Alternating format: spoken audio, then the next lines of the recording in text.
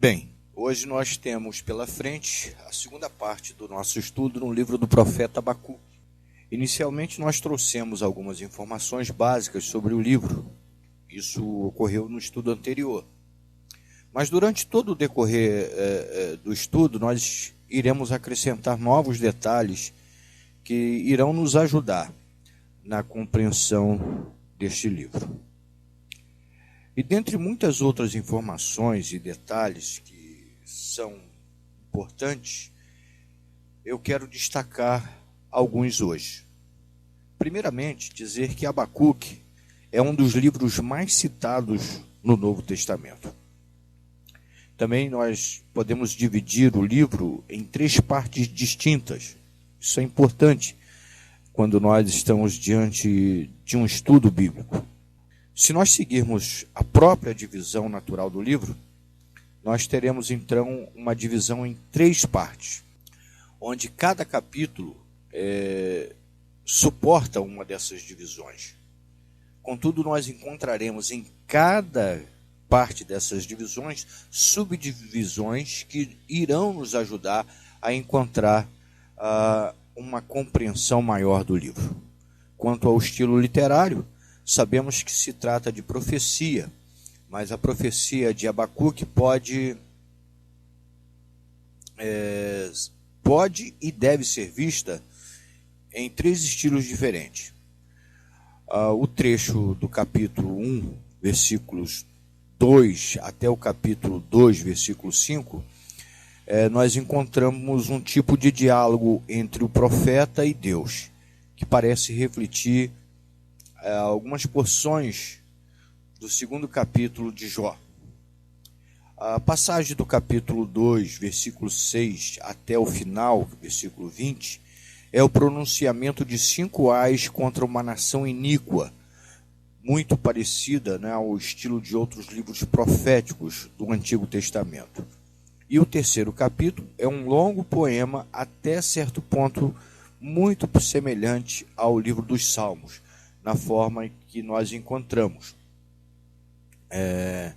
Aparentemente dando a ideia de como tendo um uso litúrgico. Também vale a pena dizer que, mesmo diante desta divisão natural do livro, o conteúdo do livro apresenta uma unidade, ou seja, foi escrito pela mesma pessoa, diante de uma circunstância vivida por esta mesma pessoa, e especificamente tem um único propósito, o propósito de anunciar a vontade de Deus, de mostrar, revelar aquilo que Deus estava por fazer em favor do seu povo, e isso é importante para que nós possamos então ter uma compreensão e tirar lições para a nossa vida. Então nós temos diante de nós o livro do profeta, que apresenta um cenário que é lastimável, porque a situação do profeta em seu tempo era de total devassidão, onde o progresso do mal era assustador. O mal, ele crescia de uma forma assustadora. E isto era algo que martelava na mente do profeta, fazendo com que ele levantasse alguns questionamentos, que por muitas das vezes são os mesmos que os nossos quando nos deparamos diante de situação semelhante. Principalmente nos dias de hoje, quando o mal também cresce de forma assustada. E aí surgem questionamentos do tipo: por que os justos sofrem? Por que Deus não age diante de tantas calamidades e injustiças sofridas por aqueles que o servem? Até quando o sofrimento e a dor irão dominar mesmo sobre a vida de pessoas consideradas como sendo boas, pessoas que vivem de forma correta? E para que nós possamos então ir em busca de respostas para perguntas tão complicadas como essas, necessário se faz olhar um pouco para a história por trás deste período vivido pelo profeta. A história que antecede esses dias vividos pelo profeta, ela traz para nós como pano de fundo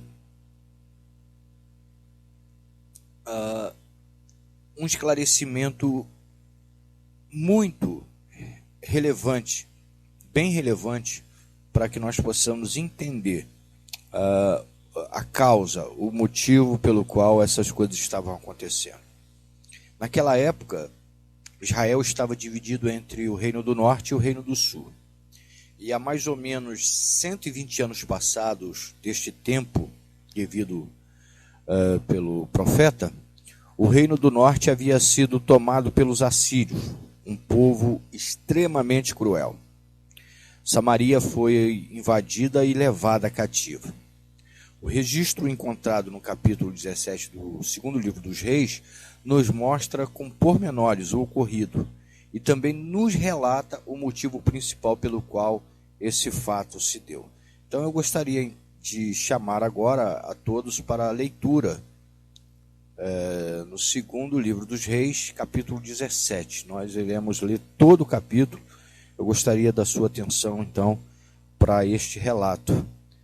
E a palavra do Senhor diz assim, então, no segundo livro dos Reis, capítulo 17. No 12º ano do reinado de Acais, rei de Judá, Oséias, filho de Elá, tornou-se rei de Israel em Samaria e reinou 9 anos. Ele fez o que o Senhor reprova, mas não como os reis de Israel que o precederam. Salmaneser, rei da Assíria, foi atacar Oséias, que fora seu vassalo, e lhe pagara tributo. Mas o rei da Assíria descobriu que Oséias era um traidor, pois havia mandado emissários a So, rei do Egito, e já não pagava mais o tributo, como costumava fazer a cada ano. Por isso, Salmaneser mandou lançá-lo na prisão. O rei da Assíria invadiu todo o país, marchou contra Samaria e a sitiou por 3 anos. No 9º ano do reinado de Oséias, o rei assírio conquistou Samaria e deportou os israelitas para a Síria. Ele os colocou em Ala, em Gozã, do rio Abor, e nas cidades dos Medos.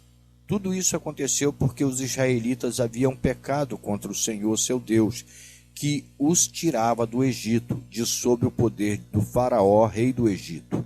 Eles prestaram culto a outros deuses e seguiram os costumes das nações que o Senhor havia expulsado de diante deles, bem como os costumes que os reis de Israel haviam introduzido. Os israelitas praticavam mal secretamente contra o Senhor seu Deus, desde torres de sentinela até cidades fortificadas. Eles mesmos construíram altares idólatras em todas as suas cidades. Ergueram colunas sagradas e postes sagrados em todo o monte alto e debaixo de toda árvore frondosa. Em todos os altares idólatras queimavam incenso, como fizeram as nações a quem o Senhor havia expulsado de diante deles. Fizeram males que provocaram o Senhor a ira. Prestaram culto a ídolos, embora o Senhor houvesse dito, não façam isso. O Senhor advertiu Israel e Judá por meio de todos os seus profetas e videntes.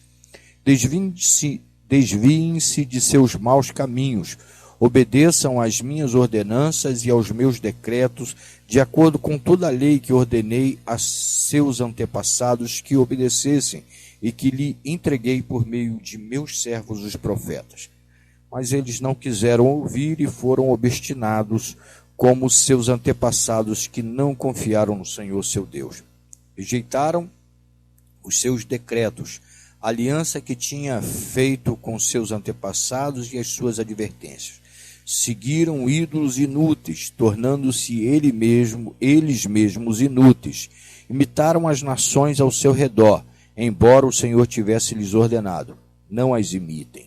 Abandonaram todos os mandamentos do Senhor, do seu Deus, e fizeram para si dois ídolos de metal, na forma de bezerros e em poste sagrado. Inclinaram-se diante de todos os exércitos celestiais e prestaram culto a Baal.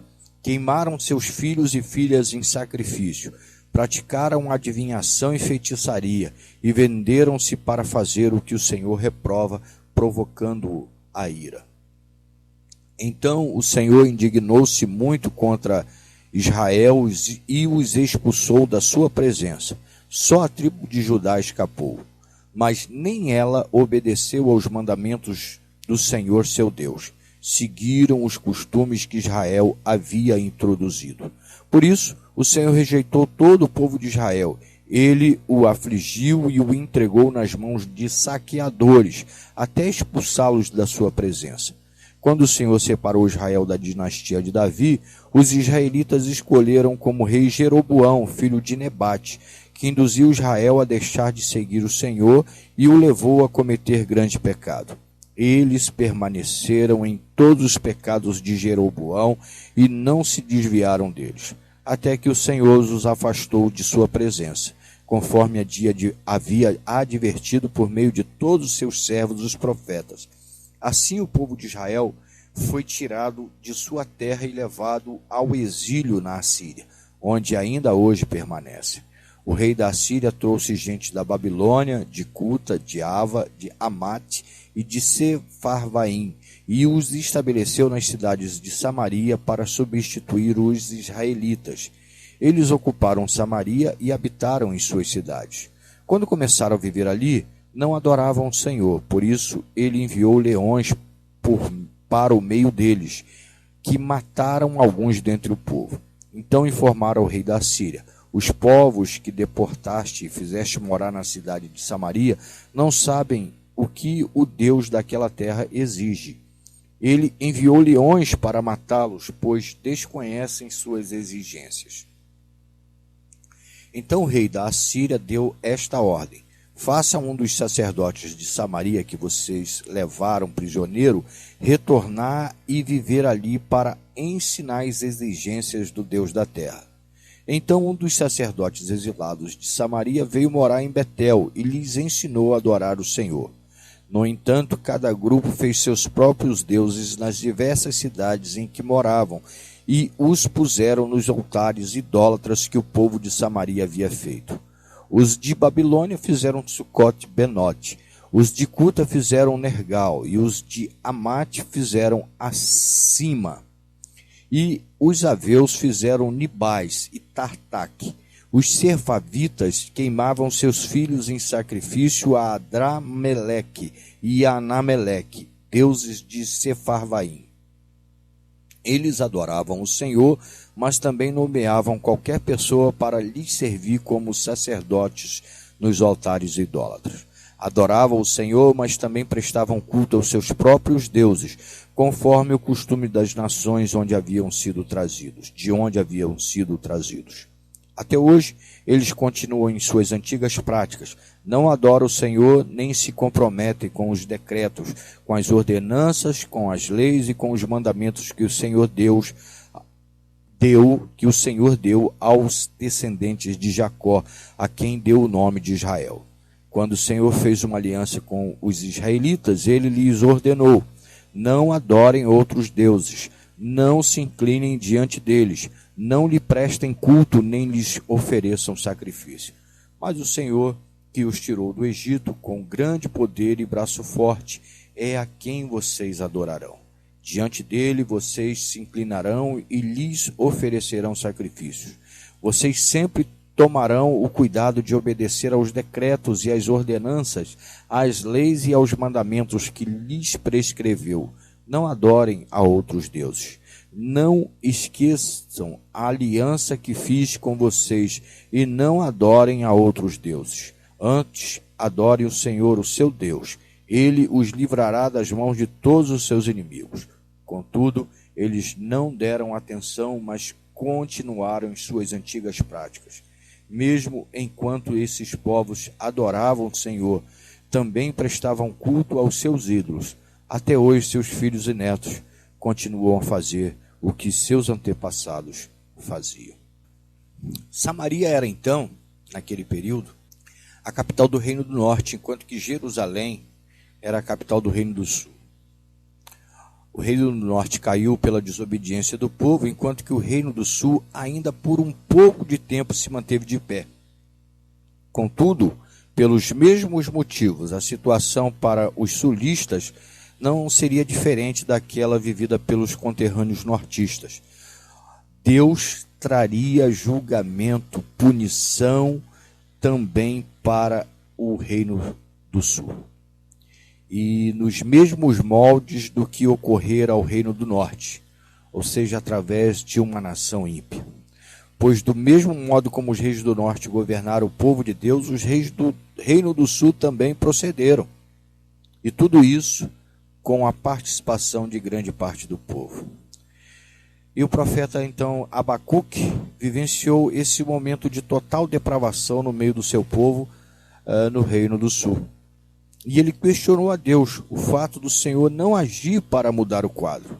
Isso revela para nós que o problema do mal é algo bem antigo, desde sempre. É algo que incomoda e levanta muitos questionamentos ao ser humano.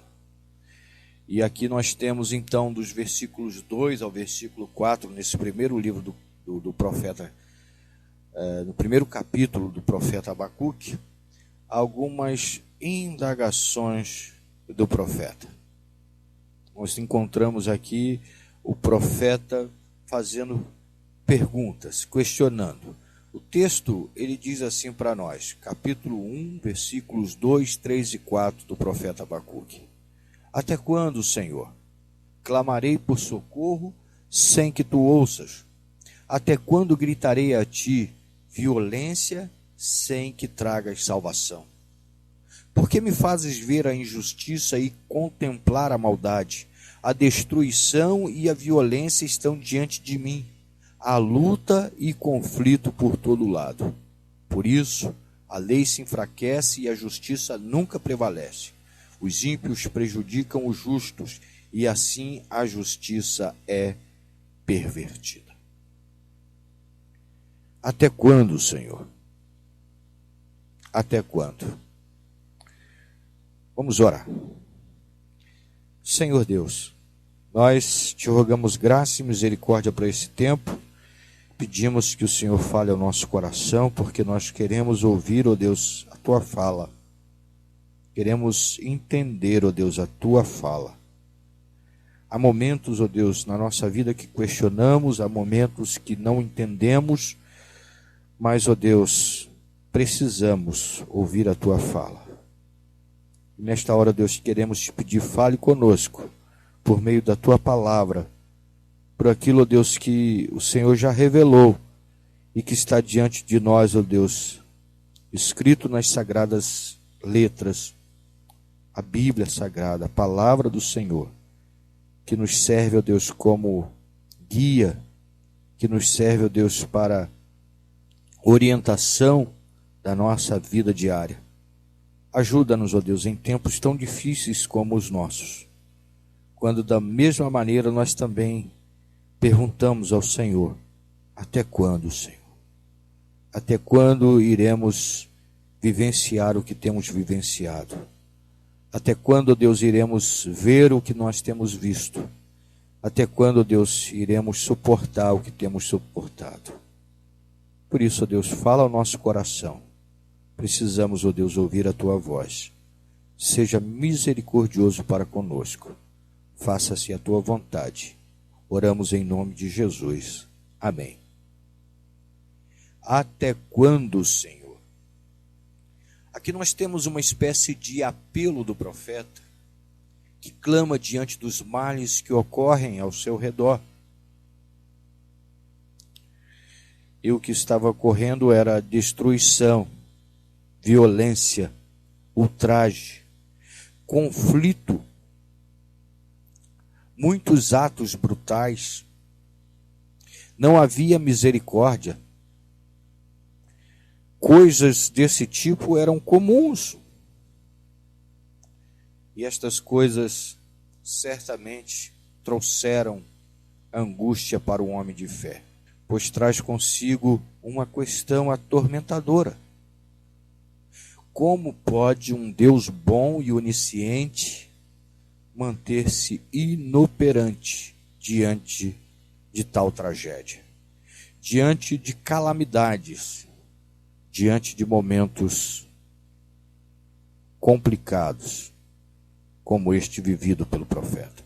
A grande questão levantada pelos não crentes é exatamente esta. Se Deus existe e diz que ama os seus, por que deixa os seus sofrerem tanto diante de um mundo mau? Este é um questionamento que vem de fora, mas que também nos atinge por dentro. Porque esse é um questionamento comum a nós. Porque sofremos. Até quando iremos viver debaixo de sofrimento? Como ser humano, Abacuque procura por respostas diante de problemas que parecem não ter uma solução. Mas não há como negar o sofrimento. Ele existe e está perto de nós. Ele existe e nos atinge de forma implacável. Abacuque estava vivendo, ele fazia parte do povo. Ele era alguém que estava sendo atingido. Ele estava sofrendo. Ele estava contemplando o sofrimento do seu povo, mas sofria juntamente com o seu povo. E outro questionamento do profeta é: por que Deus não ouve, não atende a minha oração? Talvez seja maior o sofrimento quando entendemos que Deus parece não ouvir a nossa oração. Talvez esse sofrimento de não ter as suas orações ouvidas por Deus, ou pensar assim, seja maior do que o sofrimento que o cerca, mediante a circunstância, mediante o momento. Então, o profeta, ele clama por justiça, ele intercede àquele que pode fazer justiça e nada acontece. Ele clama a Deus, ele clama ao Senhor pedindo: Senhor, faça algo. Por que o Senhor não age? Por que o Senhor não vê? Até quando? Até quando eu vou estar clamando? Até quando eu estarei clamando e o Senhor não responde? Então o silêncio de Deus torna-se apavorante, porque o medo se impõe e a angústia gera aflição de espírito. Quando não sentimos a presença de Deus, quando parece que Deus está ausente, somos atormentados por um medo terrível. Porque nós temos então a ideia de que não há solução. Porque a nossa esperança está em Deus, mas se Deus é inoperante, ou se Deus está inoperante, se Deus não está agindo em nosso favor, se Ele não está ouvindo o que temos passado, que temos clamado, a esperança se esvai, e aí o pânico, o terror toma conta. Por isso o profeta pergunta: até quando? Até quando? Agora no versículo 3, temos o profeta dizendo: por que me fazes ver a injustiça e contemplar a maldade? A destruição e a violência estão diante de mim, a luta e conflito por todo lado. Ou seja, porque assisto o que eu não gostaria de estar vendo. Então a perplexidade, ela toma conta do profeta. A iniquidade e a violência tomam conta de tudo. Quem sabe, se não fora nesse tempo que surgiu o jingle, né? Tão cantado nos dias de hoje, está dominado, está tudo dominado. Pois o mal cercava Jerusalém por dentro e por fora, ou seja, o mal estava dominando. Não só pelo lado de fora. Jerusalém estava às avessas. Conforme o relato do segundo livro dos Reis, capítulo 17, Judá também andava distante dos caminhos de Deus. Judá também estava de cabeça para baixo. Judá também estava participando do mal. Fazia coisas erradas. Os líderes governavam para si mesmos. Então o mal não era algo apenas que estava do lado de fora, dos muros, mas também estava dentro, entre o povo de Deus, aqueles que diziam ser os representantes de Deus. E aí, irmãos, surge uma outra questão: a omissão divina. E a omissão divina, ela é paradoxal. Não é possível que Deus permita e até compactue com o mal, não agindo de forma contrária, a fim de combatê-lo. O profeta se vê então diante de um mistério nefasto. Os seus olhos e mente não captam o verdadeiro teor dos fatos vivenciados por ele. Porque Deus não age. Deus não está fazendo nada. Deus parece que não vê o que o profeta está vendo. Havia destruição, havia violência, conflito e luta por todo lado, e Deus não agia, Deus não fazia nada. O pastor Isaltino Gomes Coelho Filho, comentando sobre este versículo, cita a frase parafraseada de Dostoiévski, um filósofo e jornalista russo, tido como fundador do existencialismo, em seu livro Os Irmãos Karamazov, que diz: se Deus não existe, tudo é permitido. Ou seja, quando se perde o senso de Deus, quando Deus não se faz presente, ou se tem a ideia de que Deus não se faz presente, qualquer coisa pode ser feita. E aí nós perdemos todo o senso da moral, dos bons costumes, da vida santa, do que é correto. E aí tudo é permitido. Tudo pode ser feito, porque não há alguém superior que esteja olhando para essas coisas e o nosso nível vai abaixo. Porém, no caso do profeta Abacuque é bem diferente, pois o profeta tinha certeza da existência de Deus e por isso a sua perplexidade é aumentada diante dos fatos. O profeta tinha uma convicção no seu coração, ele sabia da existência de Deus. Existe um Deus no céu, existe um Deus que contempla os bons e os maus. Existe um Deus que vê todas as coisas e que nada passa despercebido aos seus olhos. Um Deus que vê tudo o que acontece. Um Deus que conhece cada milímetro da sua criação. Um Deus que não passa despercebido diante dele uma folha que cai de uma árvore, um fio de cabelo que se perde da nossa cabeça. Deus sabe quantos pardais estão vivos. Deus conhece todas as coisas. Um Deus que é Senhor absoluto. Então, como pode esse Deus compactuar com o mal? Porque se ele é omisso, se ele não faz nada, a própria Bíblia nos ensina, nos mostra que a omissão é pecado.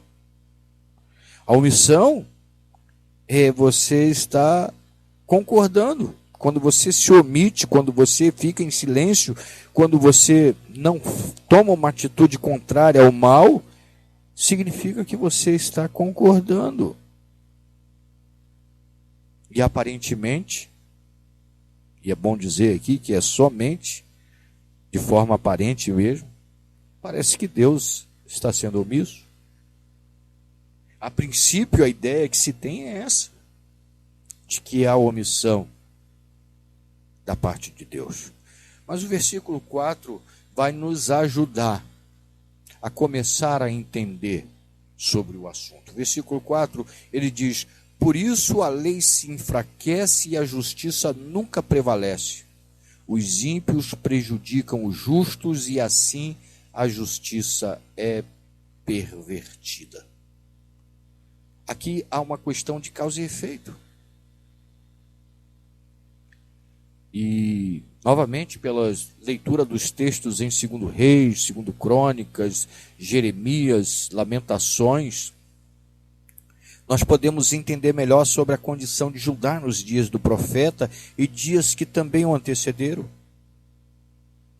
O abandono da lei e seus ensinamentos, o suborno, a corrupção, a imoralidade, a licenciosidade, a falta de critérios, o poder exacerbado, a falta de temor a Deus, a opressão aos pobres, foram as causas do afrouxamento da lei, as causas deste abandono das coisas de Deus e também de Deus os ter deixado, Deus os ter abandonado, tornando os ensinos de Deus, a vontade de Deus estabelecida, ineficaz, obsoleta, pervertida, distorcida, sem sentido, abandonada. Porque Deus havia prometido ao seu povo cuidar do seu povo, proteger o seu povo, mas Deus também havia estabelecido que para isso era necessário que o seu povo permanecesse fiel, que o seu povo continuasse firme, guardando suas leis, seus ensinos, sua palavra. Na época de Abacuque, o nome de Deus ainda era usado, mas tão somente para defender os interesses particulares daqueles que se intitulavam representantes de Deus. E assim como o tudo está dominado, o ditado farinha pouca, meu pirão primeiro, poderia ter surgido nesse tempo. Pois naqueles dias, os judeus haviam se tornado em ateus práticos, vivendo de acordo com seus próprios interesses, o que de fato era o seu Deus. Por isso, a justiça nunca era manifesta, por isso Deus os deixou à própria sorte. O tempo de Abacuque era um tempo de total decadência espiritual, um tempo de abandono dos ensinos do Senhor, da sua palavra. E mediante tudo isso, todas essas situações vividas nos dias do profeta, nós podemos então tirar lições para nós hoje. E nós poderíamos aqui então selecionar muitas e tantas lições, mas por uma questão de tempo eu quero elencar algumas que julgo ser de maior relevância para a nossa realidade nos dias de hoje. Principalmente para nós aqui, a 8ª Igreja Batista de Jardim Catarina, mas para todos quantos possam ouvir esta mensagem também. Acredito que são lições importantes. A primeira delas é que a Igreja de Cristo é suscetível a erros. Assim como os israelitas, os cristãos também podem entrar por um caminho diferente daquele que é o caminho proposto por Deus. A igreja ela está sujeita a falhas. A igreja do Senhor, se não estiver atenta, ela pode tomar um rumo diferente daquele que é o propósito de Deus para a sua existência nesse mundo. Eu também preciso lembrar que eu sou igreja. E por esse motivo eu devo ser vigilante em observar os ensinos do Senhor registrado nas Escrituras Sagradas. A Bíblia, palavra de Deus, precisa ser algo que deve caminhar lado a lado na minha vida, deve estar sempre ao meu lado, mas não apenas como um livro. Ela precisa ser lida e precisa ser praticada. Eu preciso estar sendo orientado por ela. Eu preciso lembrar do que está escrito no Salmo 119, versículo 11. Escondi a tua palavra no meu coração para eu não pecar contra ti. A palavra de Deus precisa estar firmada em mim. Precisa ser algo praticado por mim. Precisa ser algo algo praticado por nós como igreja. O segundo ensino é de que nem sempre Deus responde às nossas orações. O tempo de Deus não é como o nosso e ele pode muito bem ficar em silêncio, porém não significa que ele esteja omisso. Ele é onipotente, onisciente e onipresente em toda e em qualquer circunstância. Como exemplo, nós podemos olhar para os casos de Jó, Marta e Maria. No caso de Jó, parece que Deus não respondia ao seu servo. Parece que Deus não agia em favor do seu servo. Seus amigos questionaram sobre isso. A esposa de Jó chegou a dirigir-se a ele dizendo: olha, abandona esse teu Deus e morra. Porque esse teu Deus não faz nada por ti. Esse teu Deus não atende a sua oração. Quantos hoje agem da mesma forma? Quantas vezes nós ouvimos, ou às vezes vemos por aí gente que diz: olha, se Deus não responder, o seu Deus não responde. Se na tua igreja o seu Deus não atende a sua oração, é porque ele não está presente. Caso de Marta e Maria, que enquanto seu irmão ainda estava doente, pediu para que chamassem aquele que poderia trazer o restabelecimento, a cura para o seu irmão. E Jesus estava bem próximo de Betânia, algumas horas de caminhada de Betânia. Porém, Jesus não foi. Jesus se permitiu a passar alguns dias, poucos dias, mas quando lá chegou, já não encontrou Lázaro com vida. Lázaro já estava sepultado. E como o próprio relato em João 11 diz que o seu corpo já estava em deterioração, já cheirava mal. Ou seja, humanamente não havia mais o que fazer. E segundo o conceito judaico, após 3 dias no sepulcro, não havia nenhuma possibilidade de ressurreição. Mas Jesus mostrou que ele tinha o controle, ele é Deus. E nós precisamos entender que nem sempre Deus responde às nossas orações da maneira como nós desejamos que elas sejam respondidas. Ele é soberano. O Senhor é soberano. E ele é soberano de toda a terra e tem o controle de todas as coisas em suas mãos. Uma terceira lição é que as Escrituras Sagradas são os únicos parâmetros para uma vida de fé que seja agradável ao Senhor. Precisamos olhar e nos lembrar dos erros cometidos pelos judeus no passado. Eles se deixaram conduzir por líderes que não obedeciam à palavra, mas que ensinavam seus próprios caminhos. Não fizeram separação entre o santo e o profano e ofereceram a Deus um culto pagão. Não deram ouvido aos alertas dos verdadeiros profetas do Senhor que anunciavam aquilo que Deus dizia. Eles gostavam de ouvir as lisonjas dos falsos profetas e suas mentiras baseadas em sabedoria humana. Eles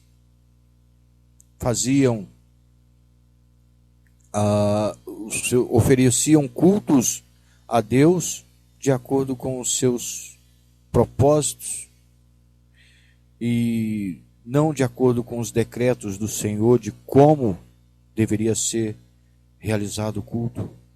Serviam a Deus de qualquer maneira, procurando mais a satisfação própria que a obediência a Deus. Descumpriram a parte que lhes cabia na aliança com Deus. Eram obstinados na prática do erro e tornaram-se adeptos do misticismo, também do ecumenismo, do liberalismo, do pragmatismo e tantos outros ismos que afastam os homens de Deus. Isso é muito sério. Quando a igreja, quando o povo de Deus se afasta das Escrituras, que não coloca as Escrituras como única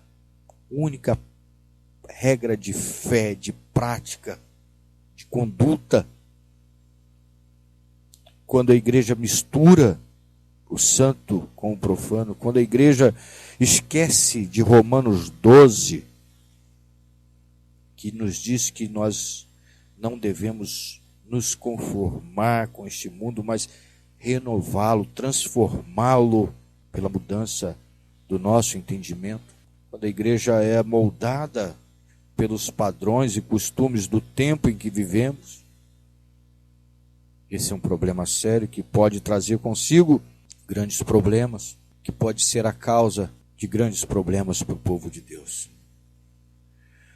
Outro ensinamento é que o sofrimento é algo inerente a todos nós, indistintamente. É triste ver que em nossos dias, tantos conceitos paganizados dentro da igreja, entre os quais a ideia de que o crente não sofre, ou o conceito budista de que o mal seja algo subjetivo, ou seja, nós podemos controlá-lo.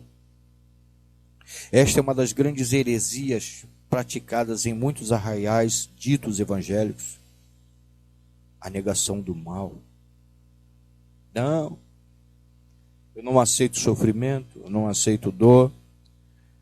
O mal não existe para os crentes. O crente supera tudo isso. Quando fazem isso, ou quando fazemos isso, nós tiramos o mérito e a glória de Cristo na redenção que foi alcançada com o seu sofrimento e morte. Jesus sofreu por nós. E a Bíblia diz que nós também iremos sofrer. Pedro nos alerta quanto a isso. O próprio Jesus nos ensina sobre isso e nos diz sobre isso. Ele diz que no mundo haveríamos de passar por aflições, teríamos aflições, sofreríamos aflições. Acho que nós deveríamos manter firme a nossa fé, ter bom ânimo, porque ele venceu e nós também somos vencedores. Um quinto e último ensino para esta noite, ou para este estudo, é que Deus é o juiz supremo e no tempo certo trará justiça sobre a terra. O soberano juiz de toda a terra tem o controle de todas as coisas em suas mãos. Em Apocalipse capítulo 8, versículo 1, temos o seguinte registro. Quando ele abriu o sétimo selo, houve silêncio no céu por volta de meia hora. O silêncio de Deus precede o seu juízo. Nem sempre o silêncio significa que tudo está perdido. No caso nosso, da igreja, do povo de Deus, temos que ter essa convicção. Há um justo juiz, supremo, Senhor, soberano, que está diante de todas essas situações que nós temos vivido, que nós temos passado, principalmente aqui para nós, 8ª Igreja Batista Jardim Catarina, o nosso bairro, a situação que nós estamos vivendo, de muitas das vezes não podermos nem ir para o culto ou vir para o culto, somos impedidos de vir para a igreja, de nos reunir como igreja, pelas circunstâncias que nós temos vivido em tempos de extrema violência, em tempos quando tudo está dominado, quando o mal tem dominado, mas existe um Deus que é soberano e que cuida do seu povo, cuida de mim, cuida de você, cuida de nós, e que no momento certo trará consigo o seu juízo. E nós precisamos confiar nele, acreditar nele, firmes, certos de que Ele, o Senhor, o juiz supremo de toda a terra, está no controle de toda e qualquer situação. Eu gostaria então de finalizar dizendo para que possamos ir para as nossas casas, cientes de que há um Deus reinando, mesmo quando não exista nenhuma indicação disto. mesmo quando pareça que o mal está prevalecendo. Há um Deus, o nosso Senhor, e Ele está no controle. Que Deus nos abençoe, que o Senhor nos firme cada vez mais na rocha, que é Cristo Jesus, e que nós possamos estar prosseguindo em direção ao alvo, em direção a Cristo, nesta fé, a fé de que esse Deus é soberano e que nada passa despercebido aos seus olhos. Até quando? Não sabemos. Apenas devemos confiar no Senhor. Que Deus nos abençoe e até o próximo estudo. Amém e amém.